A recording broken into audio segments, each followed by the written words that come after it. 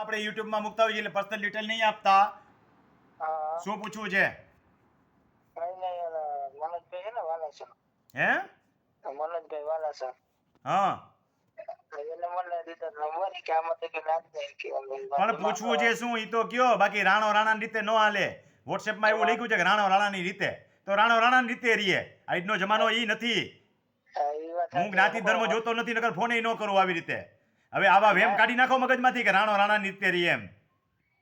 બોલો શું પૂછવું છે? એટલે અમરાપર વાળી જમીન હતી ને મારા ગામ મારી હા એ વર્ષો પહેલા એમાં કબજો કરેલો અમારા ભાઈએ ખોટી રીતના એમાં મારા દાદા વખત થઈ ગયા ને હમ એના નામે જમીન હતી. હમ પછી એના ભાઈએ જ સીધી એન્ટ્રી પાડી દીધી. સમજી ગયો. વારસદાર અમારા ના ચડાવી. તો તમે કઈ પ્રક્રિયા કરી? ના એટલે જેવડા ઓલા ખોટા તમને નાખ્યા. તમે કઈ પ્રક્રિયા કરી? દાદાના નામની જમીન હતી, અમુક ભાઈઓએ હક નાખ્યા અને તમારા પપ્પાનું નામ નાખવાનું બાકી રહી ગયું એમ કહો છો ને? હા, તો રાણાએ રાણાની રીતે રહ્યો કે કઈ પ્રક્રિયા કરી રાણાએ? હા, કઈ પ્રક્રિયા નથી. તમને પૂછવા હતો જ કર્યો તો. કેટલા વર્ષ થયા દાદાના નામમાંથી બીજા ભાઈઓએ નામ ચડાવ્યા ને તમારા બાપાનું નામ ન ચડાવ્યું? એને કેટલા વર્ષ થયા? એનાથી 40 વર્ષ થઈ ગયા. હવે 40 વર્ષે હવે નામ ન ચડે એમ નહીં.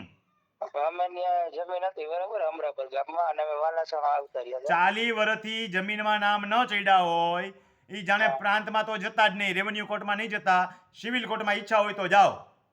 સિવિલ કોર્ટમાં એમાં રાઇટ ઓફ રેકર્ડ જો તમારું ધ્યાનમાં લેવામાં આવે અને તમારા નસીબાગીથી પાંદડું ખુલે તો તમારો ચાન્સ મળે. તો શબ્દ વાપરું છું. એમાં આડી લીટીના વારસદાર ચડાવેલા એવું છે એવું બધું. હા, પણ ઈ જ કહું છું. તો સમજી ગયું કે દાદાના નામની જમીન હતી, તમારા બાપુજીના નામ નથી ચડ્યા, બીજા ભાઈના 2-3ના નામ ચડ્યા છે એમ કહેવા માંગો છો ને? મારા દાદા હે ને મારા દાદા એના નામે જમીન હતી. હા, ઈ જ કહું છું. દાદાના નામની જમીન હતી, એના અમુક છોકરાના નામ ચડ્યા, તમારા બાપુજીનું નામ નથી ચડ્યું એમ જ કહ્યો છો ને? એટલે એના વારસદારનું જ નામ નથી ચડ્યું. એના મારા દાદાના ભાઈ જ સીધી એને ખાતે કરી દીધું.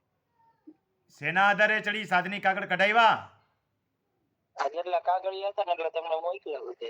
એવા 50 કાગળિયા હું વાંચવા નવરો છું. પૂરા 49 કાગળ છે. હા, 49. વગર મફતનો મજૂર સરપંચ હોય ગામ આખાનો, એને તો તોય ઘણી ગ્રાન્ટ આવે, એમાંથી પૈસા કાતરવા મળે. હું તમારા 50 કાગળિયા વોટ્સએપમાં આખું ફોડું ખરો. રૂબરૂ આવી જજો ને તાલીમ કેમ્પમાં આવજો. કેમ તમે આટલી બધી અપેક્ષા રાખો કે તમારા 50 કાગળ 49 કાગળ છે? જોયા ને તમે? હા, એ તમારી યુટ્યુબમાં જોયું હતું. હા, તે વાંચવા નવરો છું. 50 કાગળિયા તમને અનુકૂળતા હોય તો તાલીમ કેમ્પમાં આવજો કે રૂબરૂ મળી જાજો. બાકી 50 કાગળિયા વોટ્સએપથી ન વચાય. 5 મિનિટનું માર્ગદર્શન હોય તો વોટ્સએપથી આપી શકાય. હા, એ વાત બરોબર. બાકી 50 કાગળિયા તમે એડવોકેટને કોઈને 5000 દેવો તો નહીં વાંચી દે. તો રૂબરૂ પધારો અને કા તાલીમ કેમ્પમાં આવજો. નહીં તો રીએ રાણો રાણાની રીતે. ભલે. તમે ક્યાં રહ્યો છો? ઈ યુટ્યુબ માંથી ગોતી કાઢવાનું બધું. હા, વાંધો નહીં. યુટ્યુબ વાંચો ને તો રાણાને કઈક ફાયદો થાય. તમારી સલાહ જ લેવાની હતી. હા, પણ યુટ્યુબ સાંભળો, હું કોઈને નામ સરનામા આપતોય નથી. મારે કાંઈ એવી જરૂરિયાત નથી. બીજા સ્ક્રીન ઉપર પોતાના મોબાઈલ નંબર આપે કે આવજે અહીં મળી જાજે. એને ફી લેવાની હોય. મારે ક્યાં ફી લેવાની છે? તો નંબર આપું. યુટ્યુબ માંથી બધું ગોતી કાઢવાનું. હા, ભલે. ખેડૂત મિત્રો, જોયું ને ભાઈને? એક તો ભાઈને ખબર પડતી નથી. પાછા લખે કે રાણો રાણાની રીતે. હવે તંબુરો કાંઈ ખબર તો પડતી નથી. હક લેવાની ખબર પડતી નથી. વાંચવાની ખબર પડતી નથી. બીજા નંબરની અંદર ભાષા આપણી વ્યવસ્થિત અને ચોખ્ખી અને વિનમ્રતાવાળી હોવી જોઈએ. આજે એ જમાના વયા ગયા બધાય મૂછે વળ દેવાના. હવે છે ને અહીંયા તાકાત નથી, તાકાત અહીંયા છે અને એ કેળવો. એટલા માટે થઈને તો આ ગળા ઢેડું છું કે ભાઈ રેવન્યુ વિશે બાબતે જાગૃત બનો. અને બીજા નંબરની હવે વાત એ કરવાની રહી કે કોઈ આવડી મોટી અપેક્ષા કેમ રાખો છો કે વોટ્સએપમાં હું 50 કાગળિયા નાખી દઈશ તો રમણીભાઈ આખું ફોડશે એમ? આવા અગત્યના કામ હોય તો તમારે રૂબરૂ આવવું પડે ને કાં તાલીમ કેમ્પમાં આવવું પડે. તો સીધી સાદી વાત છે.